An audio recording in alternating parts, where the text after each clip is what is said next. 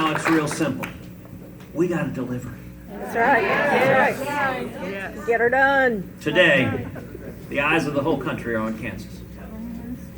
This election, the special election tomorrow, makes a difference not just for Kansas, but for the whole country. Yep, yes it does. In my view, there are four big things on the plate for 2017. Four major agenda items that are going to make all the difference. The first is the Supreme Court, and on Friday we confirm Neil Gorsuch to the U.S.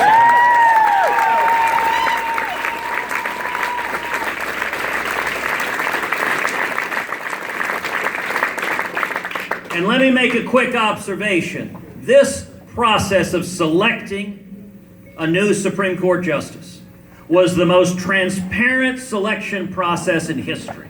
A little over a year ago, February of last year, when Justice Scalia passed away, Donald Trump promised the American people, if elected, he would appoint justices in the mold of Justice Scalia, and he put out a specific list of 21 names.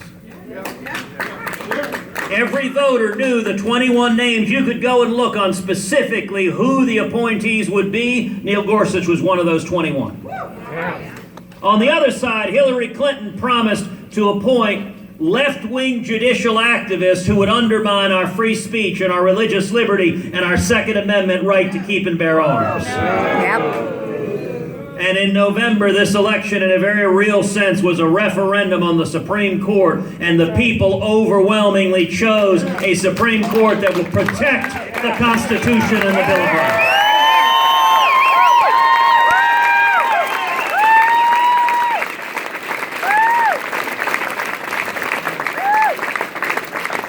The second big thing on the agenda for 2017 is repealing Obamacare.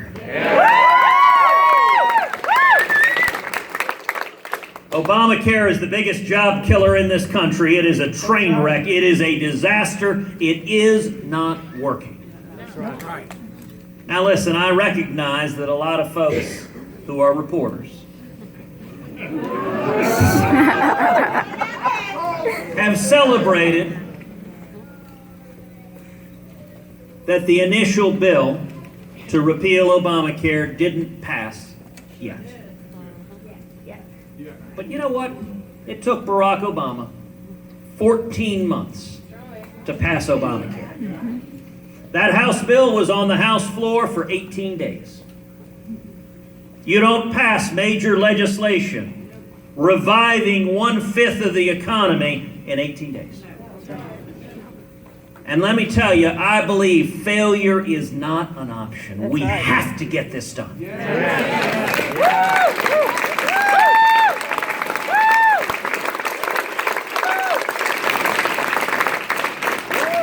And here's the test for success or failure. The number one concern people have with Obamacare is premiums skyrocketing. You remember Barack Obama promised under Obamacare, he said the average family's premiums would drop $2,500 a year.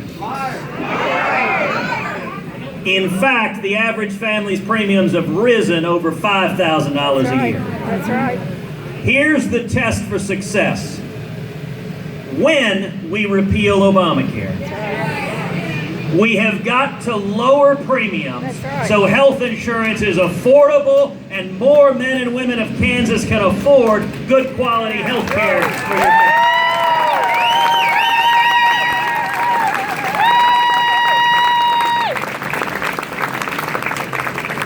So if you want to see lower premiums, more choices, more competition, more control over your health care, if you want to see the government not able to get between you and your doctor, you've got a very simple choice tomorrow.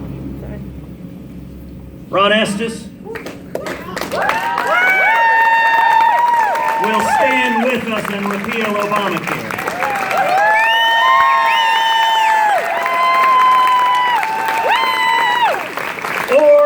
You can vote for a left-wing liberal Democrat who will stand with Nancy Pelosi to force Obamacare on the state of Kansas. That's the choice. Third big thing on the agenda is regulatory reform. Pulling back the swarm of federal regulators that have descended like locusts on farmers and ranchers and small businesses, killing jobs all across this country. You know, I'm reminded of some years back, I was out in West Texas, and I asked folks there, I said, what's the difference between regulators and locusts? I said, well, the thing is, you can't use pesticide on the regulators. And this old West Texas farmer, he leaned forward, said, want to bet?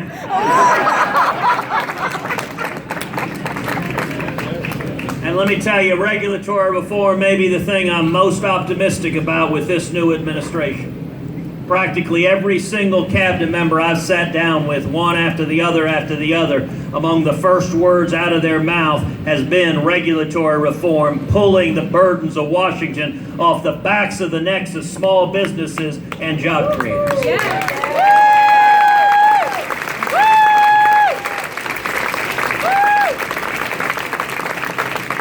Now, if the people of Kansas want to see more and more federal regulations strangling jobs, killing opportunity, driving down wages, then vote for the left-wing Democrat tomorrow.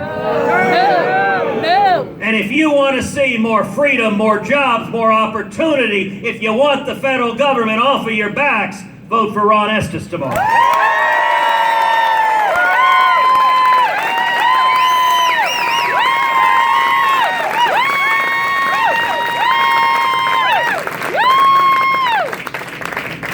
Fourth big agenda item for 2017 is tax reform. We have an opportunity to do something tremendous. Now listen, tax reform is early on. Tax reform right now, there's disagreement within the House of Representatives. There's disagreement within the Senate. There's disagreement between the House and the Senate, and there's disagreement with the administration. Other than that, everyone's on the same page. But like Obamacare, I'm convinced we can and will get it done. Good. Because at the end of the day, we want to get to yes, we share the same basic commitments and values. And I'll tell you the counsel that I have given President Trump. On tax reform, it's been two words: bold and simple. Yep. Yes.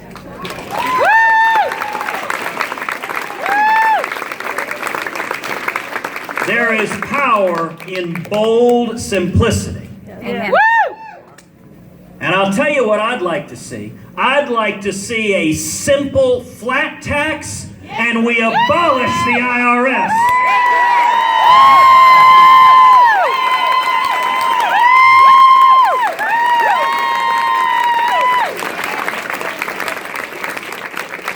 There are about 90,000 employees at the IRS. I think we ought to padlock that building. Yeah. Take all 90,000 and put them down on our southern border.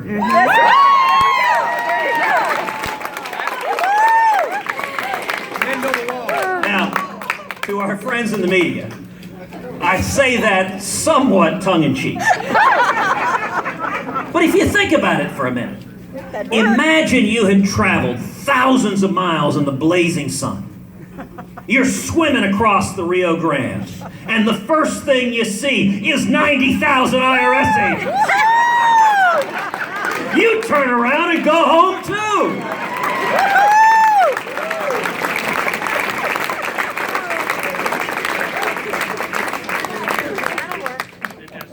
5 days from now is April 15th.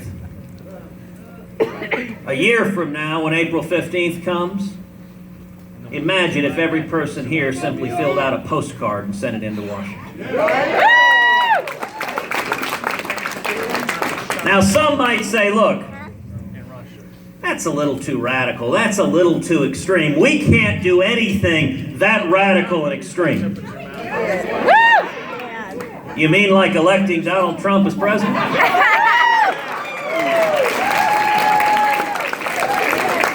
After that, I'm not really interested in listening to people tell us what we can't do.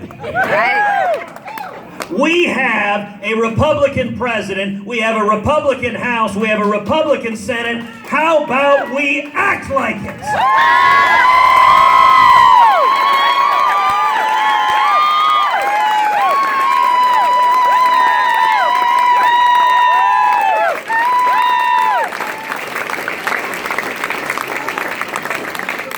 Now, if we accomplish all four of those things, a strong constitutionalist on the Supreme Court, repealing Obamacare, major reg reform, fundamental tax reform, if we do all of those, 2017 will be a blockbuster, historic year.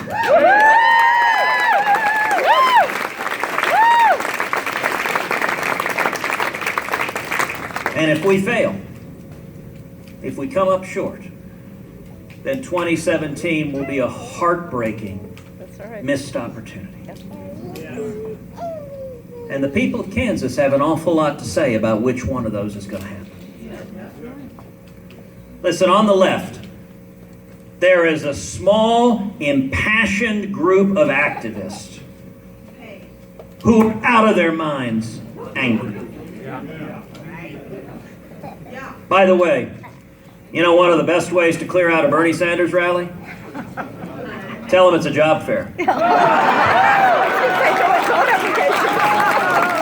They literally run for the doors. What is this job of which you speak?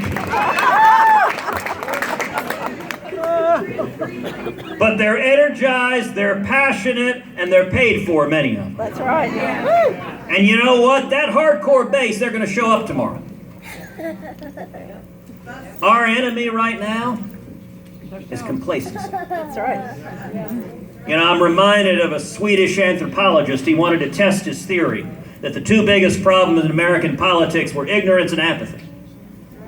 So he went to New York City. He stopped a man on the street. He said, "Excuse me, sir, what do you think the two biggest problems in American politics are?" Man looked at him and said, "I don't know and I don't care."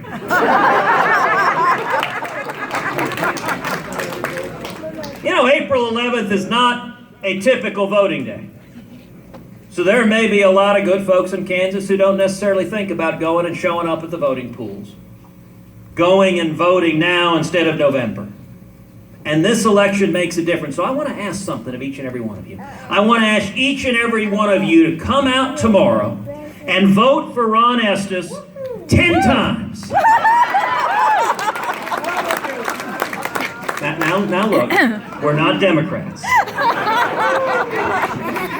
I'm not encouraging voter fraud. But if each and every one of you votes tomorrow, and you get 9 other people to do the same, 9 other people that wouldn't otherwise vote, you will have voted 10 times.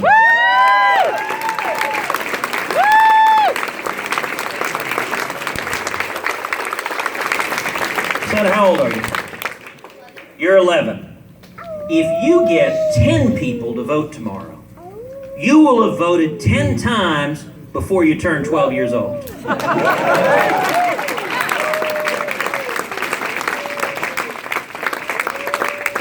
That's what this election is all about. It's about a choice and direction for this country. We have been given an historic opportunity. And the simple choice that our leaders have in Washington. What I am urging President Trump, Vice President Pence, the majorities in both houses, is let's simply do what we promised we would do.